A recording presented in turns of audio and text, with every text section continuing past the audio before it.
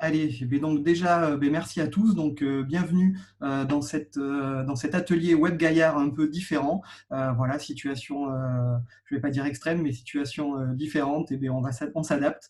Donc, bienvenue donc cet atelier Web Gaillard en webinar. Merci à Stéphanie d'intervenir donc sur ce premier atelier. Écoutez, moi, pour ceux qui ne me connaissent pas, donc je suis Alexandre de Souza, je suis responsable de l'agence Easy.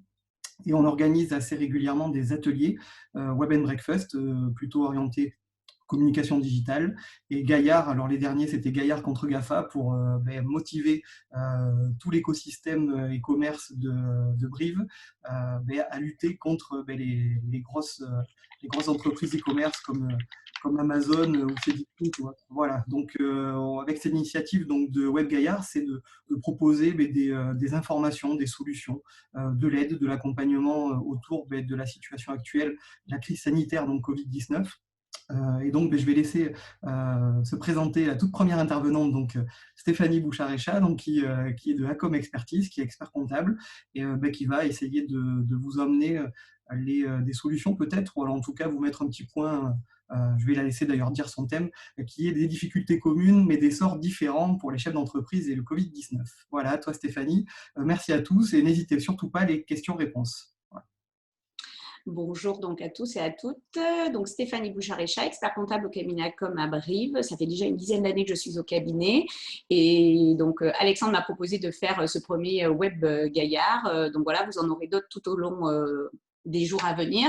Donc, le premier étant basé sur les chefs d'entreprise et le Covid-19, donc des difficultés communes, des sorts différents.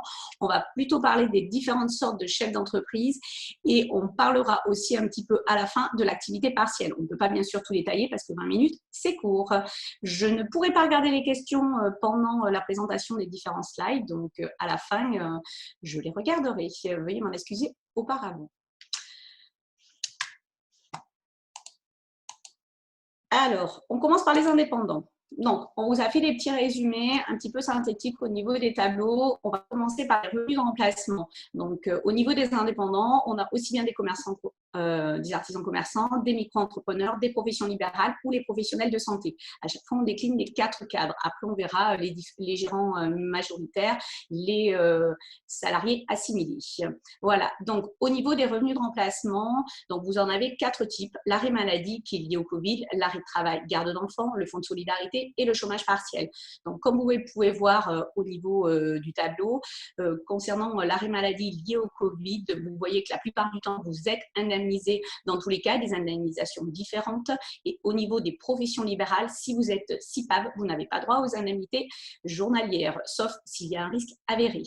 Au niveau des arrêts de travail garde d'enfants, vous avez droit à cet arrêt garde d'enfants. C'est un calcul Digi, donc, qui est en fonction de vos revenus, donc plus ou moins avantageux.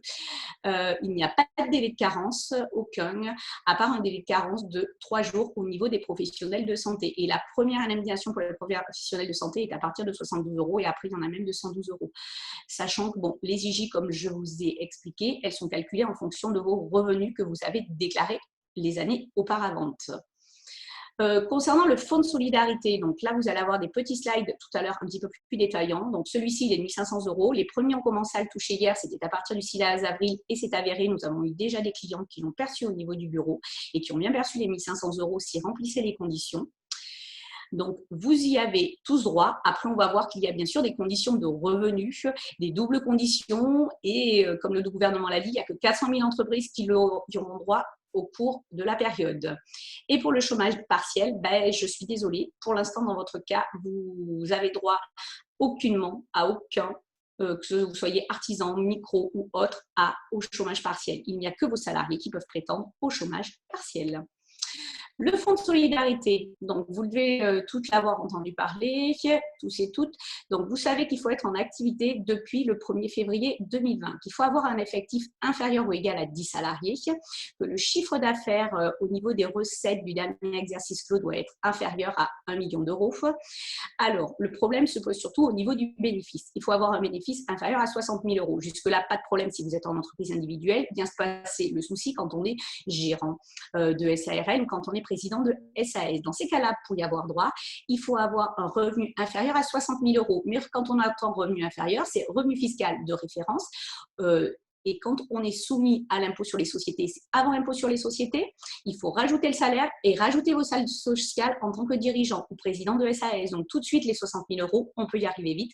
Et donc, vous n'y avez pas droit. Il y a d'autres conditions qui font aussi sauter pour ne pas avoir droit aux 1 500 euros. En fait, au niveau des indemnités journalières, si vous avez perçu des indemnités journalières qui sont supérieures à 800 euros, garde d'enfants comprise, donc liées au problème du Covid, eh bien dans ces cas-là, vous n'avez droit pas non plus aux 1 500 euros. Pour les personnes physiques ou les dirigeants majoritaires d'entreprise, si vous êtes titulaire au 1er mars 2020 d'un contrat à temps complet ou alors d'une pension de vieillesse, dans ces cas-là, la condition n'est pas cumulative, vous n'avez pas droit aux 1 500 euros. Vous ne devez pas être non plus en cessation de paiement au 1er janvier 2020. Donc, c'est sûr qu'il y a pas mal de conditions qui vous font sauter et ne pas vous avoir droit aux 1 500 euros. Après, bon, il n'y en a peut-être pas parmi vous qui sont dans le cas, mais juste pour que vous sachiez, si par exemple vous êtes une personne morale et que vous détenez plusieurs sociétés, donc le forme de holding et de FII, dans ces cas-là, si vous avez une holding, le calcul se fait au niveau de la holding et de toutes les sociétés détenues. Donc en fin de compte, on prend le chiffre d'affaires de toutes les structures, on va prendre les salariés de toutes les structures et les bénéfices cumulés de toutes les structures. Donc ça risque aussi de vous faire sauter la barre des 60 000 euros et donc de ne pas avoir droit à l'aide de 1 500 euros. Ce qu'il faut faire attention, absolument, si vous êtes en société et en difficulté, si votre société à responsabilité limitée a des capitaux propres qui sont inférieurs à la moitié du capital social, supposons que vous avez un capital de 10 000 euros et vos capitaux propres sont sont inférieurs à 5 000 euros, dans ces cas-là, c'est pareil, vous n'avez pas droit aux 1 500 euros du fonds de solidarité. Alors, le fonds de solidarité, comment il est déterminé? Alors, il faut savoir que vous y avez droit si votre entreprise a fait l'objet d'une interdiction administrative d'accueil du public depuis entre le 1er mai, le 1er et le 31 mars. Il faut avoir subi une perte de chiffre d'affaires qui doit être supérieure à 50% pour la période qui est comprise entre le 1er mars 2020 et le 31 mars 2020 par rapport à la période de mars 2019. Donc, c'est un comparatif. Quand vous allez sur le site impôt.gouv des particuliers, vous rentrez les critères, vous mettez votre chiffre d'affaires de mars 2020, vous mettez celui de mars 2019, il vous calcule le pourcentage et il vous dit si vous avez droit à quelque chose ou pas. Donc, vous avez droit au maximum à une somme forfaitaire de 1 500 euros et elle est bien sûr dégressive en supposant que vous n'êtes pas dans la possibilité d'avoir ces 1 500 euros-là en fonction du calcul. Vous pouvez avoir 600, 900 ou autre. Elle est débloquée à partir du 6 avril. Donc, les premiers qui ont été débloqués, c'est ceux qui l'ont fait environ vers le 3 mars. Il faut à peu près 4 jours d'après ce qui est mentionné sur le site. Et alors, cette aide en fonction, à voir si ce sera validé ou pas, mais il est prévu qu'elle soit peut-être renouvelée pour le mois d'avril. Donc, vous pouvez faire une seule demande, par contre, par entreprise et non par gérant. C'est-à-dire, si vous êtes plusieurs gérants au niveau de la même structure en SARL, par exemple, il n'y a qu'une seule et une unique demande pour l'entreprise. Après, ça peut être un gérant ou l'autre gérant. Il suffit simplement d'aller sur votre compte impôt.gouv particulier et d'en faire la demande en mettant le numéro sirène de la société.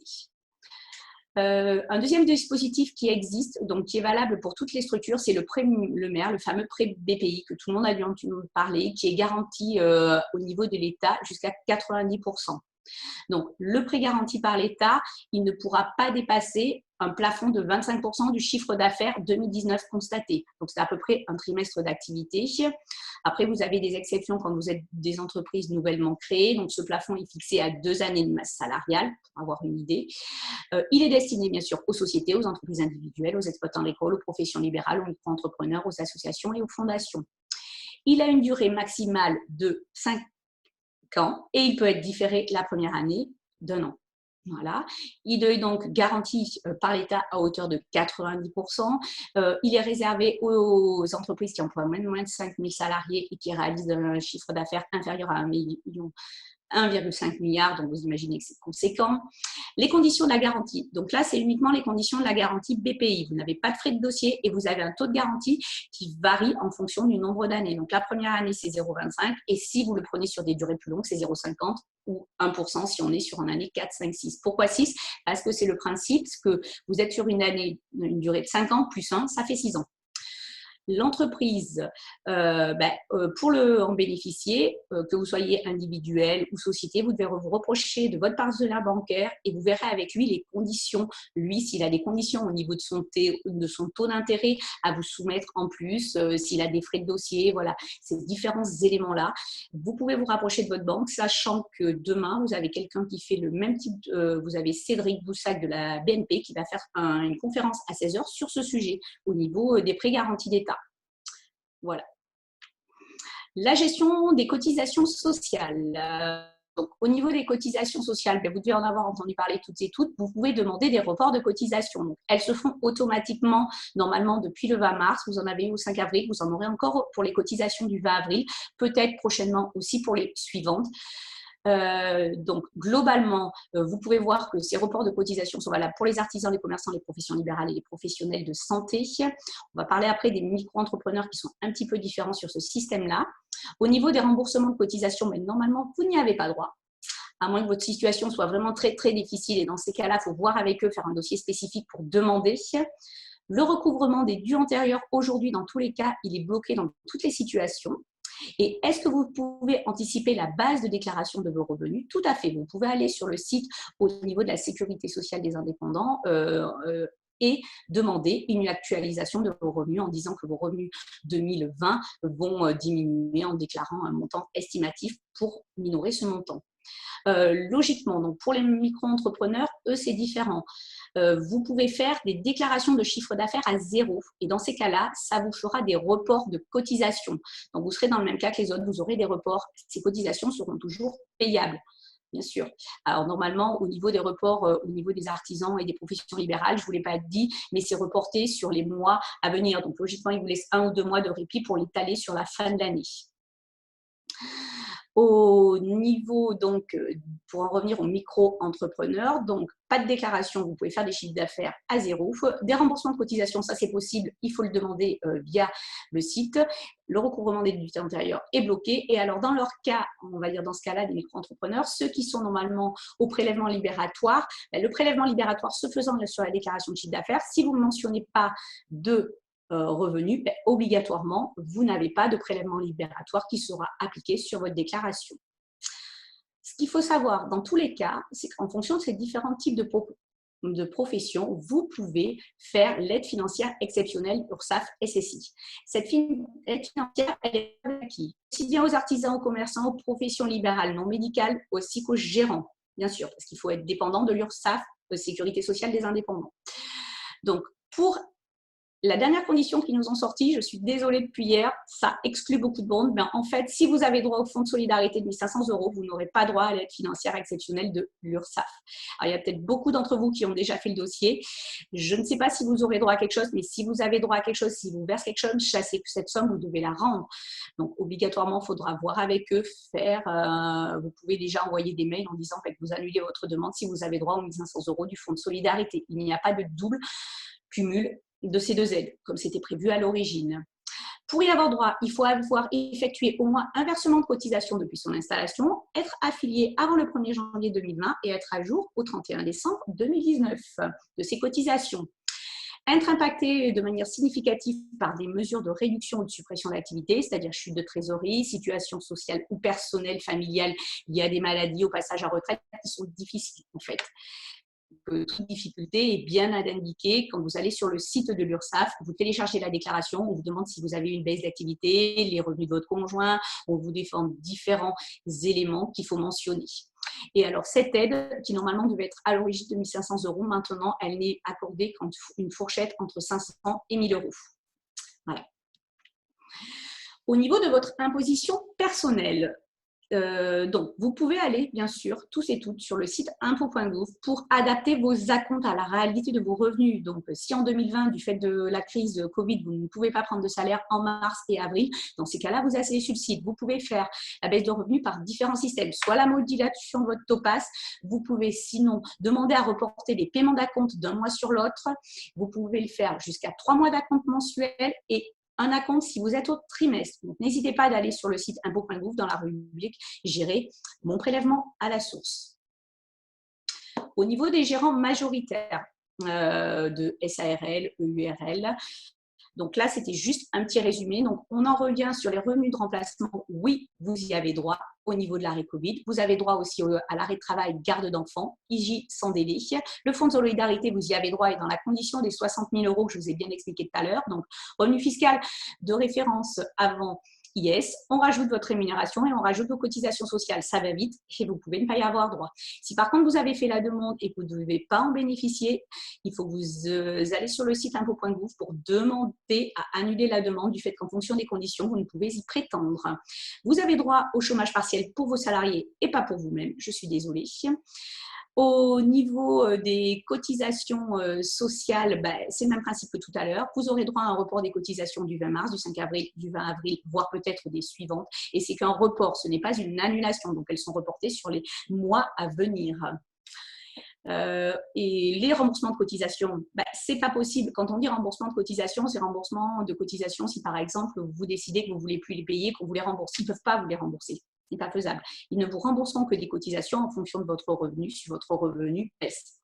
Le recouvrement des dus antérieurs aujourd'hui est suspendu et vous pouvez actualiser votre déclaration pour demander à baisser vos prélèvements au niveau de l'URSSAF ou de la Sécurité sociale des indépendants RSI.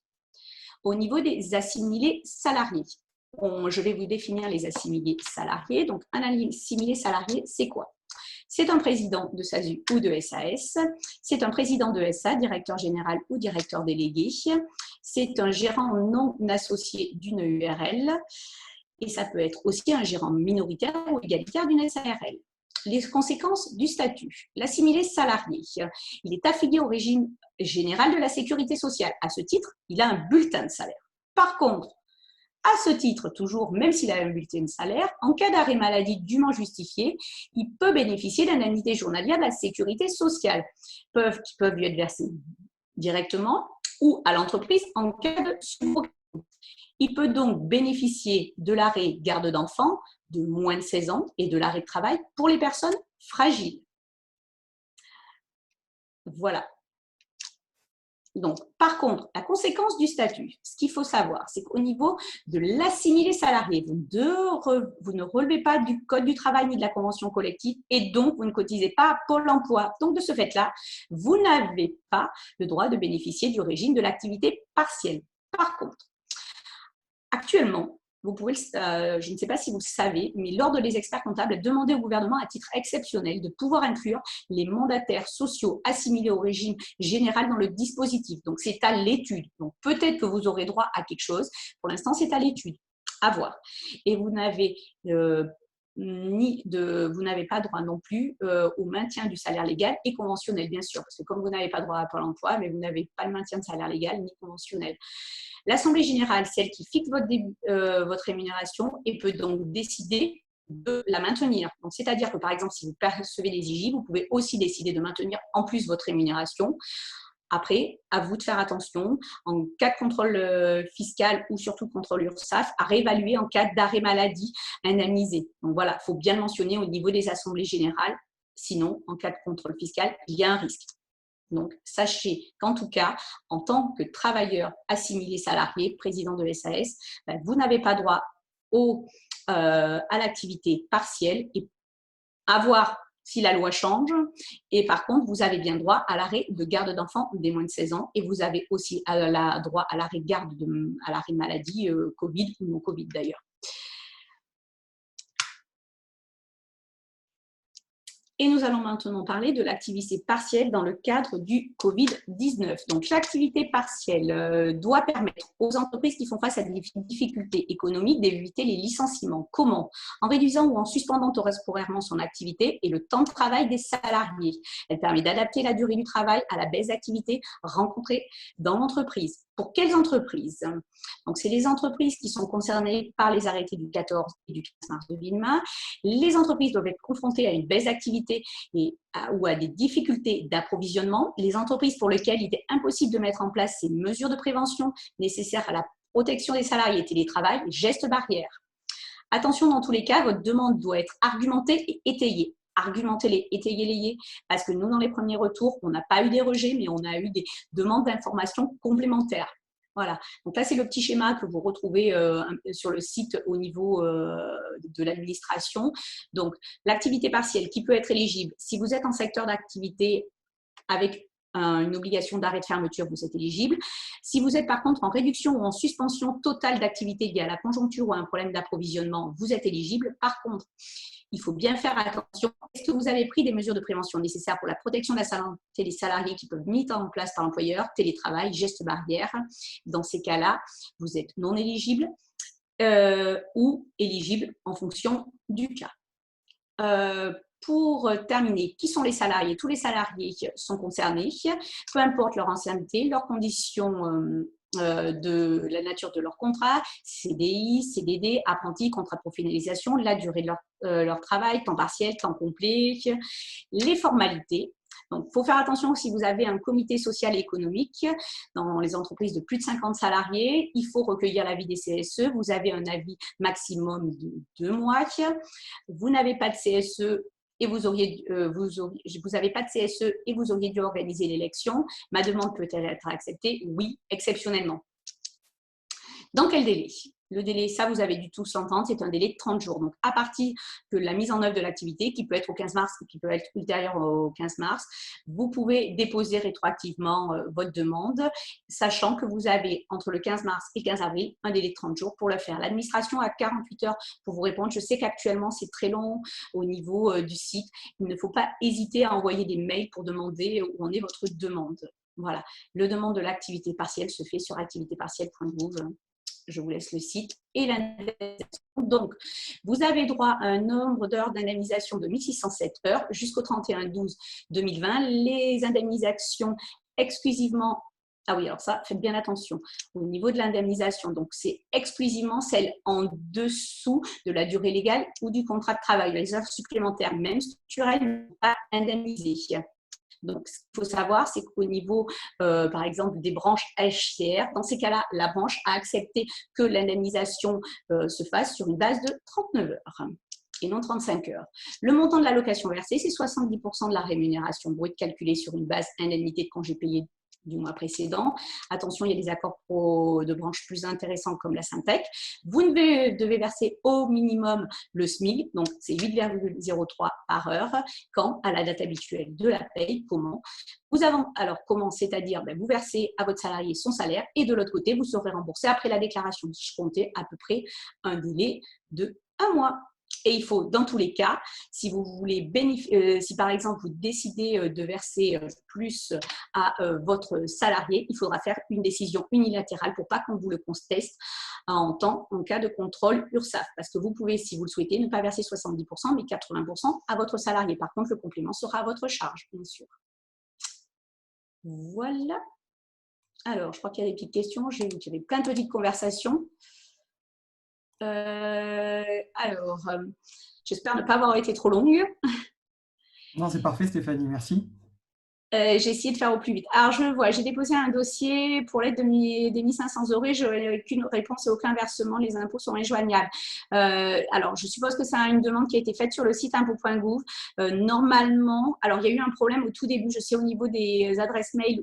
Non, c'est pas. Donc, c'est au niveau de l'URSSAF, je pense, la demande. Je sais pas, Franck, bon, alors si c'est au niveau d'impôt.gouv, sachant qu'il y a un petit délai de réponse, normalement, ils doivent envoyer un mail. Si c'est au niveau de l'URSSAF pour avoir fait la demande, c'est compliqué, c'est long. Il faut simplement envoyer le mail, envoyer à l'adresse mail qui est fournie, alors je sais plus, celle du Limousin, mais il faut envoyer le mail avec le dossier et après y répondre. Aujourd'hui, le délai, je pense qu'il est très long, sachant qu'il y a eu énormément de demandes et il y a beaucoup de demandes, comme j'ai expliqué tout à l'heure. La demande ne se cumulait pas. Si on avait droit aux 1 500 € des impôts.gouv, on n'a pas droit à l'aide de l'URSSAF. Donc déjà, ça va éliminer beaucoup de dossiers. Après, je ne sais pas si le vote rentre ou pas dans les conditions, mais faire bien attention à cela, en tout cas. Je ne sais pas s'il y en avait, qu'il y avait des questions. Je sais qu'il y avait des questions en amont qui m'avaient été transmises par Alexandre. Oui, je peux te les C'est donner. juste aux impôts? Eh bien, si c'est juste aux impôts, il faut patienter. Normalement, vous avez dû recevoir un mail qui vous disait que vous aviez droit à l'aide. Si vous ne l'avez pas reçu, je vous reconseille de refaire la demande parce qu'ils ont dit qu'au début, il y avait des problèmes. Dans les 3-4 premiers jours, on a reçu un mail de l'IAR qui nous disait qu'il y avait eu des anomalies dans les inscriptions. Ou alors, vous leur envoyez simplement un mail sur votre site impôt.gouv au niveau des particuliers en disant que vous n'avez rien reçu, que vous n'avez pas reçu d'accusé de réception. Est-ce normal ou pas? Oui, Alors, Stéphanie, oui, moi j'avais une question oui. qui avait été posée sur le formulaire. Donc, quand on est dans le commerce et l'artisanat, quelle part de l'activité est autorisée à ouvrir? Est-ce que tu as la réponse ou pas? Ah oui, alors là, en fait, il faut se référer au décret. Quand on est au niveau du commerce, donc il y a un décret qui est paru avec tout plein de professions. Mais par exemple, si vous êtes en restauration, ben voilà, vous êtes fermé. Vous pouvez faire par contre de la vente excusez-moi, je cherche le nom. On peut faire, Alexandre va pas m'aider, on peut faire de la livraison, c'est possible. Toutes les livraisons sont possibles, mais c'est vrai que on peut être dans une activité de restauration, c'est fermé. Si on est dans une activité de commerce de vêtements, vous avez différentes activités qui ont été terminées par décret qui sont fermées. Après, au niveau des artisans, il y a possibilité, si on respecte bien les gestes barrières, si on respecte les consignes qui nous ont été en plus éditées la semaine dernière au niveau d'un livre, au niveau de l'OPBTP. Dans ces cas-là, il faut bien respecter les gestes barrières et les différentes obligations. Vous pouvez bien sûr continuer votre activité, mais il faut respecter la législation. Voilà. Merci Stéphanie pour l'information. Si, alors je pourrais aussi dire, c'est pas tout à fait une question, mais j'imagine que c'est le cas de beaucoup de sociétés. Voilà, donc là c'est un gérant de SASU donc, qui explique que depuis le confinement, il a perdu plus de 70% de son chiffre, que voilà, que si ça dépasse le 30 avril, il sera obligé de déposer le bilan. Si l'aide de 2 500 € n'est pas possible, alors on a entendu au départ du confinement des mots comme aucune entreprise ne sera laissée sur le côté et voilà, et on fera tout ce qu'il faut. Est-ce que les aides spécifiques et comme Alors, si normalement il ne rentre pas dans l'aide des 1 500 €, il peut demander l'aide de l'URSSAF. Après, s'il voit qu'il est trop en difficulté, il y a tout de même beaucoup de choses qui ont été mises en place parce qu'on peut décaler l'EDF, que je n'ai pas parlé, on peut décaler les loyers si on voit avec son propriétaire, on peut décaler les échéances bancaires aussi. Vous aviez entre 3 et 6 mois de décalage d'échéances bancaires. Donc, c'est énormément de mesures qui sont mises en place. Après, s'il est trop en difficulté, il se rapproche de son cabinet comptable et dans la dernière des solutions extrémistes, il faudra, oui, sans doute peut-être aller voir le tribunal, sachant qu'il est vrai que l'État essaye de faire le maximum d'aide au niveau des entreprises, mais comme on le voit, le maximum n'est pas que le maximum parce que vous avez dû voir, comme je vous dis, on ne peut pas cumuler un impôt.gouv, on ne peut pas cumuler l'aide de l'URSSAF, donc tout de suite, ça diminue le nombre de personnes. Et même l'aide sur impôt.gouv, dès qu'on dépasse les 60 000 € de résultat, on n'y a pas droit. Oui, complètement. Alors voilà, comme tu l'as dit, n'hésitez surtout pas à aller voir justement les professionnels, les experts comptables en premier, parce que c'est eux qui vous donneront toutes les informations. Stéphanie, la preuve, hein, aujourd'hui, c'est elle qui intervient et toutes ces informations-là sont plus que nécessaires. C'est ça. Donc, voilà, Après, vous pouvez aussi aller sur votre compte impôt.gouv pour poser des questions. Le impôt.gouv, bon, ils vous répondront quand ils pourront parce qu'aujourd'hui, il faut comprendre, comme nous, ils ont beaucoup de demandes. Les cabinets sont sollicités énormément. Ils sont énormément sollicités sur impôt.gouv. Et ce qu'il faut savoir, c'est qu'ils sont moins nombreux que d'habitude. Parce qu'eux aussi, il y a des malades, ils ont des préconisations à avoir. Donc, comme ils sont moins nombreux, ce n'est pas simple pour eux de répondre à toutes les demandes. Donc, c'est pour ça qu'il leur faut du temps. Bon, écoute, merci Stéphanie. Il n'y a plus de questions, je vois. Écoutez, ce qu'on va faire, c'est que, je ne sais pas si tu me le permets, mais peut-être qu'on peut déjà annoncer que tu réinterviendras sûrement dans les jours ou semaines qui viennent. Si vous souhaitez. Voilà, oui, normalement, moi ou une de mes collègues au niveau du bureau. Après, si vous avez des idées de thèmes, on est aussi preneurs. Voilà. Là, on a fait quelque chose donc, qui était peut-être plus simple, mais c'était dans le premier cas du contexte voilà, pour redéfinir un petit peu les éléments au niveau des différentes catégories de chefs d'entreprise. Oui, complètement. Mais merci encore Stéphanie pour ton intervention. Vous retrouverez le replay donc avec les informations et la vidéo sur notre compte YouTube et Facebook. Voilà, la prochaine intervention, c'est tout à l'heure à 11 heures sur la gestion du stress. Et voilà, vous retrouverez sur webgaillard.com tous les prochains ateliers. Voilà, je vous C'est remercie ça. encore de votre présence. Merci encore Stéphanie et je vous dis à très bientôt. Voilà. Merci à Au revoir. tous. Au revoir, bonne Au journée. revoir. Bon courage.